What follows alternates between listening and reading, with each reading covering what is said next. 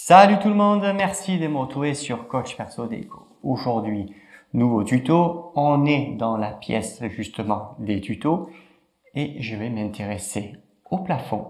On va appliquer une sous-couche glycéro. Alors glycéro, pourquoi? Principalement pour deux raisons, étant donné que je vais avoir à faire beaucoup d'enduit. Donc c'est de l'enduit, il va y avoir des temps de séchage forcément qui vont s'allonger, je suis en période hivernale et l'enduit, forcément, si je suis en période hivernale, ça ne peut pas s'évaporer comme je veux.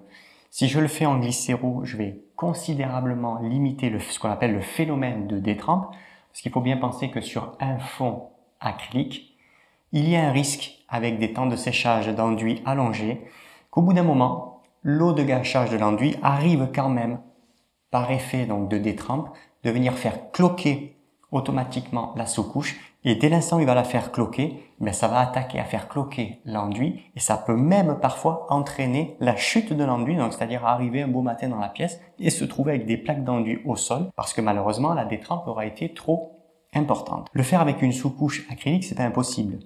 Simplement, on va avoir des temps de séchage qui vont être considérablement allongés. En fait, c'est pour avoir le plus de durcissement possible. Alors j'entends durcissement en surface, parce qu'il faut savoir qu'une peinture, son vrai, ce qu'on appelle mûrissement complet, c'est généralement 21 à 28 jours. Ici, si vous le faites en acrylique, en plein hiver, il faudra compter au moins 4 jours avant de faire ce qu'on appelle des enduits de char. Alors attention, je ne parle pas de reboucher 3 trous. Reboucher 3 trous, vous pouvez le faire le lendemain, il n'y a pas de problème. Je parle vraiment d'avoir un support complètement chargé, un support qui est complètement réglé avec une bonne couche d'enduit. Quand je dis une bonne couche d'enduit, c'est déjà quand on est entre 4 à 5 mm d'enduit.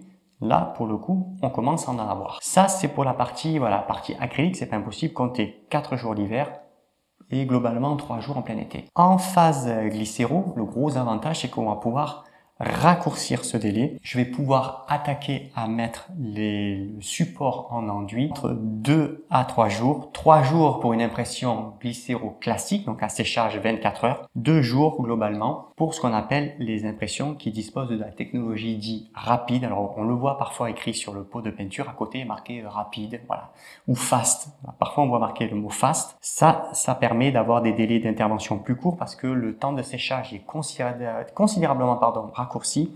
Généralement, c'est au bout de 3 à 5 heures au lieu des 24 heures habituelles. Je vais travailler avec une sous-couche glycéro classique parce que les deux évidemment cohabitent. On restera donc à un séchage évidemment 24 heures. J'ai rentré un pot d'impression, vous voyez, impression glycéro, en l'occurrence c'est Imprima de la marque Seigneurie. Très bon produit. Et on va dire, de règle générale, les impressions solvantées, ça reste des très bons produits pour fixer les fonds difficiles.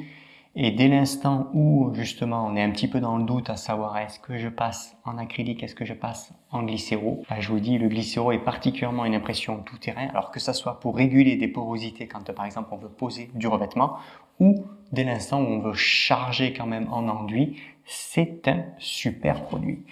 Par contre, ça a évidemment un très gros défaut et ça sent extrêmement fort. C'est très entêtant, donc vous le verrez d'ailleurs quand je vais commencer à m'équiper là comme un cosmonaute parce qu'il faut vraiment avoir une protection respiratoire. C'est vraiment un produit qui prend la tête, mais on va dire assez rapidement. Je finis de cacher là 2 bricoles parce que là ça va projeter quand même et c'est parti.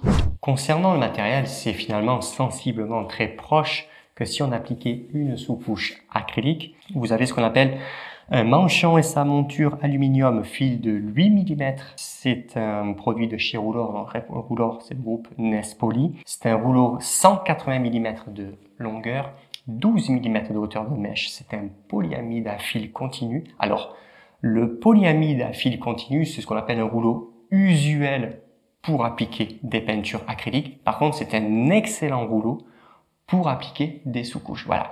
On va dire que de règle générale, les sous-couches glycéro, le top du top en termes de rouleau, il va évidemment apprécier de travailler avec un polyamide à fil continu. Et gros avantage, vous allez voir, on arrive vraiment à serrer le grain. J'ai le petit rouleau qu'on appelle communément une pâte de lapin. C'est un rouleau en 110 mm de largeur, 12 mm également de hauteur de mèche. Ça reste un polyamide, ça c'est très important. Si vous êtes sur un 12 mm en polyamide. Ici, il ne faut pas un œuf en polyester. Il faut vraiment garder les mêmes tissus pour que vous ayez ce qu'on appelle le même grain de rouleau et surtout pour que vous ayez quand même deux rouleaux qui se comportent de la même manière.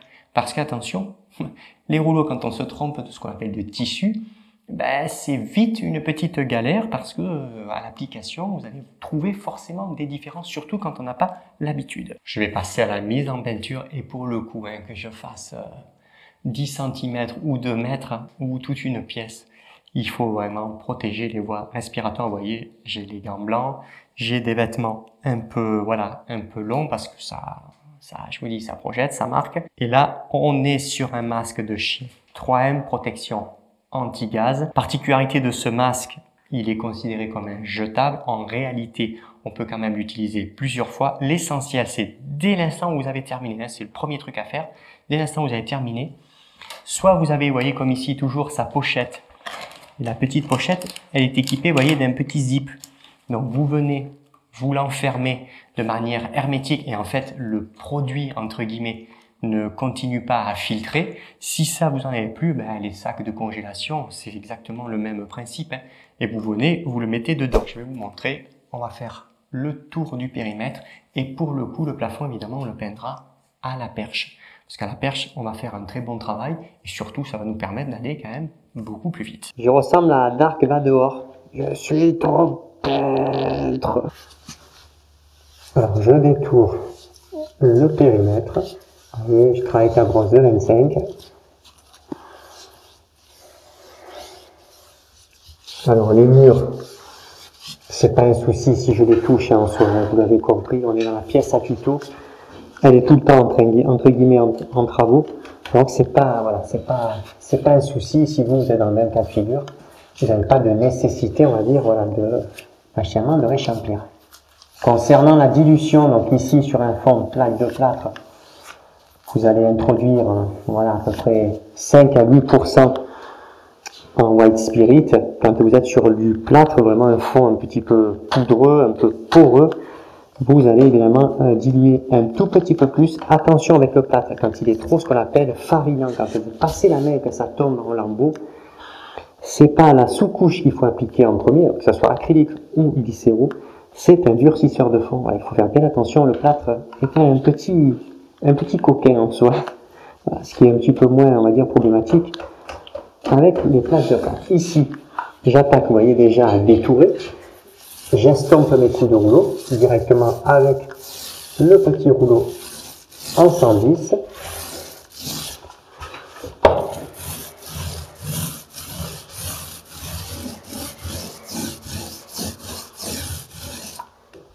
Voilà, là j'estompe. Gros avantage, c'est d'arriver à faire ce qu'on appelle vraiment un léger pommelé. Alors on allonge bien, vous voyez, le coup de brosse, ça c'est très important. Sur une brosse de 25 bien chargée, vous faites voilà, sensiblement le développé des épaules, un aller, un retour, et ensuite on vient de suite estomper avec le petit rouleau de 110. Ça permet en fait de dégager machinalement du haut du mur, et quand on va travailler avec le rouleau, ça évite aussi de s'approcher dangereusement du mur, parce qu'il y a un risque forcément de le toucher. Là, vous voyez, j'estompe. Voilà. Même chose, avec le petit rouleau correctement chargé, je fais un aller-retour. Et là, toujours pareil, je viens et je serre le grain. Ça, c'est très important, vous voyez. Je serre le grain. Alors, c'est plus facile de le serrer en glycéro qu'en acrylique, machinalement. Et là, c'est pareil, vous voyez, on laisse à peu près une petite dizaine de centimètres. On se tient le coup de rouleau toujours en retrait pour éviter que si vous le dépassez, vous allez forcément remettre un coup de brosse. Ce coup de brosse, c'est pas très joli. Et il faudra automatiquement venir l'estomper, ce qu'il faudrait faire 2 fois l'opération.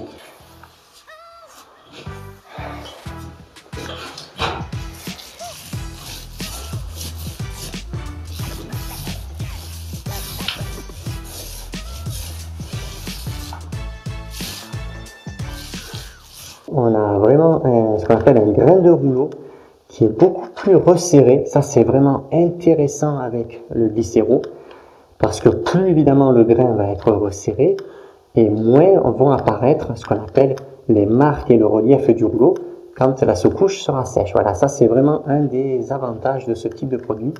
Vous allez arriver à faire ce qu'on appelle un léger pommelé, alors que sur un acrylique, on serait plutôt sur un haut pommelé, voire un léger poché.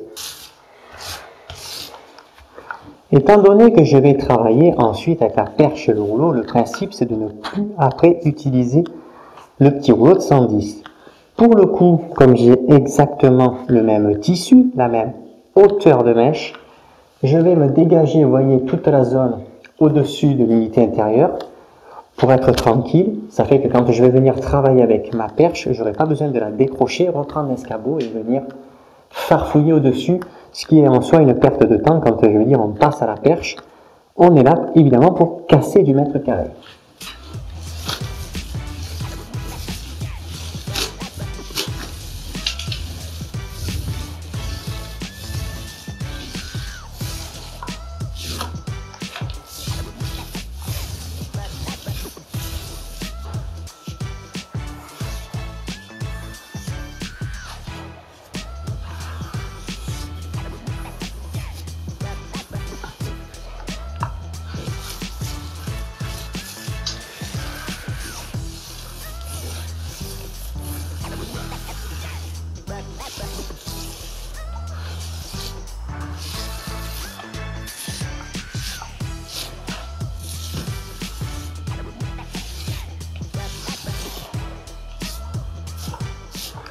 Le périmètre est détouré. Je profite également pour détourer le point lumineux.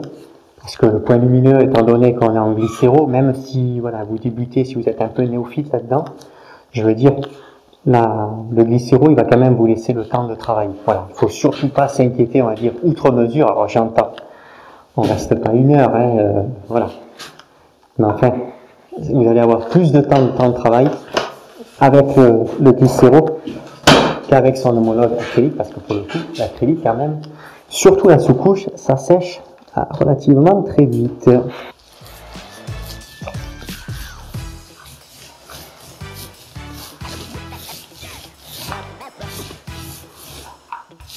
Je travaille la peinture, on dispose évidemment d'une belle allonge avec le glycéro, ça c'est super. On passe à la perche, le rouleau était bien instauré, pas de problème. On le monte sur une perche, vous voyez, verrouillable. Parce que le principe, c'est voilà, quand on fait ça, c'est pas le moment de perdre son rouleau, que ce soit par terre ou dans la peinture. Et surtout, on démarre par là où on a commencé, c'est vraiment pour respecter ce qu'on appelle le temps de séchage. Et sachez que pour une pièce qui va, on va dire, jusqu'à 15 mètres carrés, y compris s'il fait un tout petit peu chaud, parce que quand il fait un petit peu chaud, en acrylique, c'est parfois un peu compliqué de travailler. La phase solvantée va vous aider un peu. Le matériel, que ce soit le petit rouleau de 110 et la brosse, en l'occurrence c'est une brosse de 25, mais vous pouvez avoir une taille supérieure, il n'est pas nécessaire immédiatement de les remettre dans le pincelier plein d'eau. Ça aussi c'est intéressant, ça va vous laisser quand même le temps globalement, vous avez devant vous une bonne heure. Après il faut quand même penser à les remettre, parce que ça va légèrement sécher évidemment à la surface. Quasiment tous les camions de peintre sont équipés, ce qu'on appelle, vous voyez, de la grille post-formée, comme on peut voir là. Alors je l'ai de ce côté, je l'ai de ce côté-là.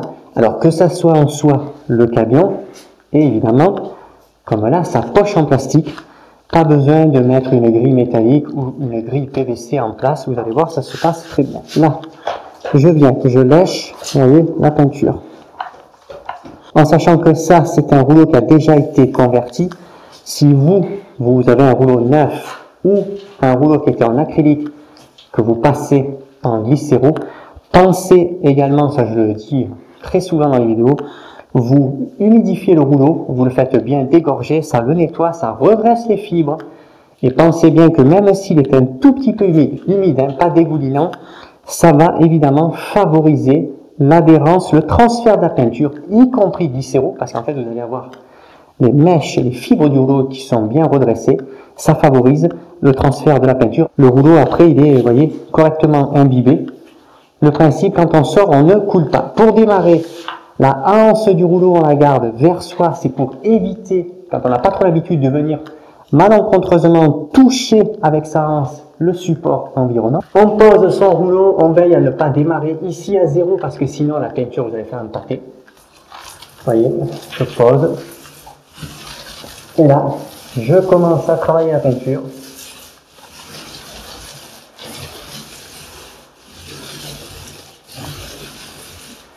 Je vais arriver à faire 2 fois la largeur du rouleau sur le développé des épaules. Voilà, on travaille bien la peinture.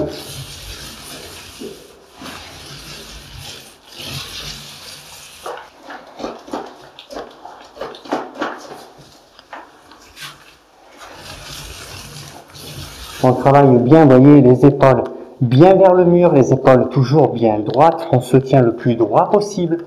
Et pour pas se peindre, évidemment, la figure, parce que c'est un peu embêtant avec ce type de produit, voilà, avec une légère petite tension, vous voyez. Une main un petit peu vers le haut de la perche, l'autre généralement qui va rester généralement dans les 10 cm partie basse de la perche pour pouvoir bien la tenir et surtout la diriger. Et voyez, allez. On vient, on travaille. Là, je suis revenu justement sur mon travail. On rentre globalement à peu près de 5 petits centimètres, hein, ça ne sert à rien de rentrer plus. Et là, on allonge un petit peu. Et surtout, on vient, vous voyez, on vient serrer le grain. Voilà, là on serre le grain. Voilà, je fais 2 fois la largeur du rouleau. Ça, c'est sensiblement comme l'acrylique. Hein. Voilà, là, je serre le grain. Et l'avantage, c'est que je peux même repartir, vous voyez, sur la travée. Là, ça pose aucun problème. Parce que la peinture ne sèche pas de suite. Et ça, c'est vraiment appréciable. On pose son rouleau. On rentre 5 petits centimètres sur son travail fait précédemment. Ce qu'on appelle la travée. Et vous voyez, on allonge.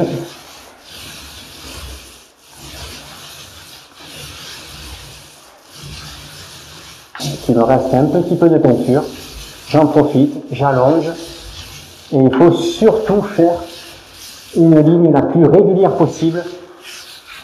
Ça vous apprend à ce qu'on appelle tirer droit, et ça vous évite après de serpenter sur le support, parce que c'est comme ça qu'on gaspille de la peinture, qu'on perd du temps, et que machinalement on fait des ratés. Plus vous vous tenez droit avec les épaules, plus vous allez en fait le rouleau, puisque finalement, le rouleau et la perche ne font qu'un. Regardez, si je mets les épaules bien droites, je pose ma perche. J'arrive, vous voyez, à faire d'une main. Si je me mets légèrement comme ceci, de travers, vous voyez, allez, je pose, je pivote, forcément, tout suit et vous peignez de travers. Voilà, ça il faut faire pour le coup très attention. J'estompe, je lisse, je serre le grain.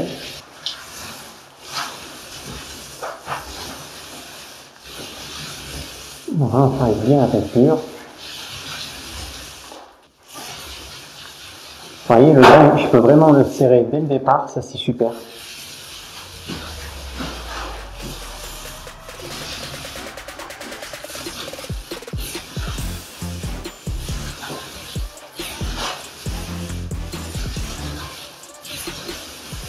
Un des avantages aussi, évidemment, du glycéro, c'est que vous pouvez augmenter la largeur de vos travées sans trop bouger, c'est-à-dire clairement ce que je suis en train de faire, vous voyez, je reste en développé des épaules et en fait je ne fais que reculer, je ne pars pas pour l'instant rejoindre mon autre partie de plafond, parce qu'en fait le glycéro me laisse le temps de travailler, donc j'ai pas on va dire à me soucier de ce paramètre. Vous voyez, là je pose tranquillement, développer des épaules, et là pour le coup, vous voyez, regardez, je suis sur un développé assez important, hein, je suis au maximum de ma capacité, ce qui est quand même pas tout à fait pareil avec un acrylique. Vous voyez, là, j'allonge, je travaille bien ma peinture. Je viens, je reviens sur mon travail, vous voyez, allez, je serre le grain. Et là, voilà, je peux venir serrer. Et vous voyez, regardez, l'avantage du glycéro, c'est ça. Quand vous avez plus de peinture et que vous allez serrer le grain, en fait, vous avez l'état du rouleau à la surface qui va un petit peu changer. Vous voyez, regardez. Là, bon, je vais le tourner gentiment avec le doigt. Il n'y a plus du tout de peinture.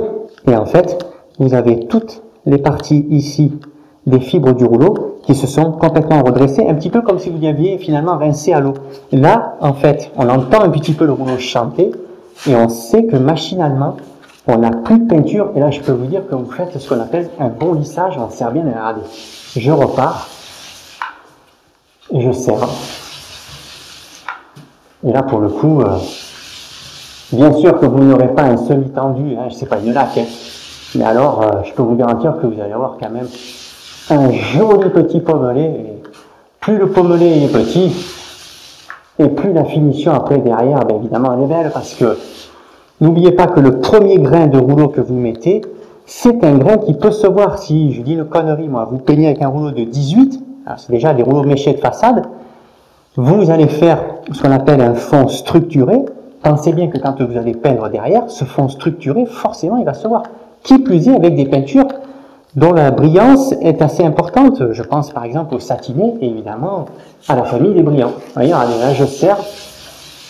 Et là, voilà, on fait vraiment un beau grain de rouleau. Voilà, avec le glycéro, on fait un beau grain de rouleau. On rentre 5 cm dans son travail. Alors l'avantage, c'est que si vous tirez bien droit, eh bien en fait ces 5 petits centimètres, c'est régulier tout le long, ça fait que vous ne gaspillez pas de peinture, vous ne perdez pas de temps.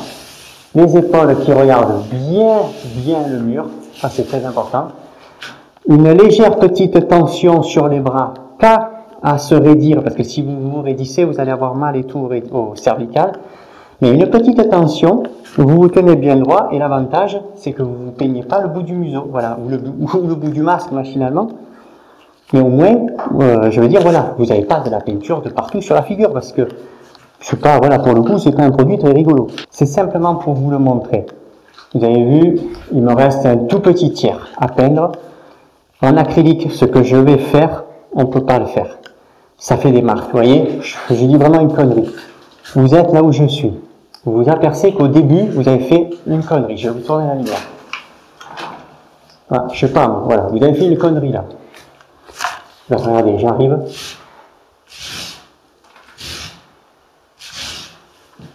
Vous voyez, je ne fais pas de marque, je ne fais pas de traces, je n'ai pas de peinture qui s'enroule autour. Parce que, voilà, c'est un glycéro et qui me laisse quand même le temps de la travailler. Alors j'entends, si vous avez un plafond de 30 mètres carrés et que vous êtes au bout des 30 mètres carrés, il ne faut pas le faire. Ça, c'est vraiment pour vous le montrer, mais vous voyez, c'est un super produit qui est extrêmement tolérant. Je vous dis, il n'a pas beaucoup de défauts. Son principal défaut, c'est la projection et l'odeur.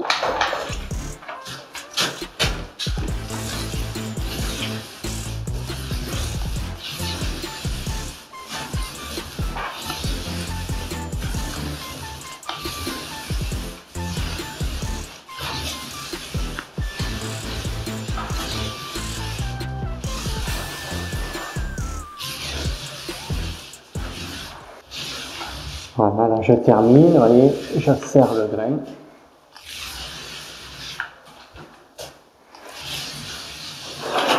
On regarde un petit peu son travail.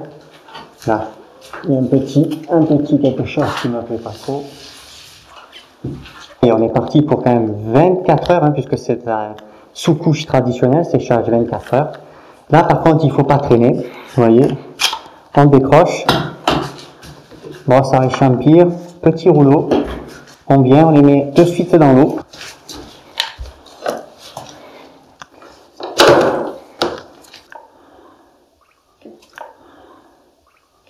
La peinture, si vous avez à la conserver.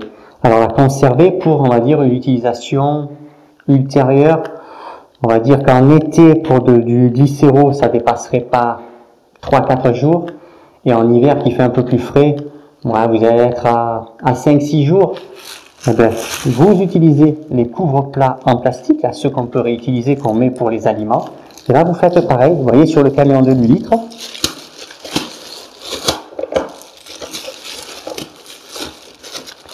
Mais là, avec le petit couvre-plat, ben, au moins, voilà, la peinture, vous êtes tranquille. Et si vous avez voilà, une autre utilisation, ben, au moins, hop, là, vous défaisez, vous essorez bien les brosses et les rouleaux, et c'est, ma foi, c'est reparti. On va laisser sécher, je vais laisser passer donc 24 heures, ne serait-ce que pour l'odeur parce que c'est fort. Et on regardera justement un petit peu l'allure et ce qu'on appelle le grain du rouleau fini. Vous allez voir, c'est particulièrement intéressant. La sous-couche glycéro est désormais sèche. Il faut profiter si vous pouvez, il faut vraiment aérer parce que, je veux dire, voilà, c'est pas un mystère, vous m'avez vu travailler avec le masque. Ça a tendance quand même à vouloir un petit peu s'imprégner. D'ailleurs, si vous avez une pièce avec des placards, avec des vêtements dans la mesure du possible, pensez à soit bien les cacher, soit plutôt les enlever. Parce que je vous dis, cette odeur, elle est quand même particulièrement entêtante. Je vous l'avais dit, je vais vous montrer ce qu'on appelle le grain du rouleau. Donc, c'est vraiment l'aspect visuel, là pour le coup, de la sous-couche une fois sèche. Vous voyez, on a un joli petit pommelé qui est discret, hein, parce que là, attention, je vous filme quand même évidemment de très très près, mais c'est discret. Et je vais vous montrer machinalement la différence avec la sous-couche acrylique. Vous voyez, pareil, filmé de très près. Vous voyez, il y a une petite différence. On a un grain qui est un tout petit peu plus marqué. Alors attention, c'est quand même pas empoché, hein, parce que voilà, je filme de très très près, c'est pas empoché. Mais au plafond, on serait plutôt sur un léger pommelé, alors que là, on serait sur un pommelé. Un pommelé, on va dire traditionnel. Mais vous voyez, il y a une petite différence, évidemment, avec le grain du rouleau. Notre tuto sur l'application de la sous-couche glycéro, alors soit avant des travaux de finition, soit pour poursuivre les travaux préparatoires, on va dire en toute sérénité, est désormais terminé. Je vous fais le petit coucou habituel et je vous dis à bientôt.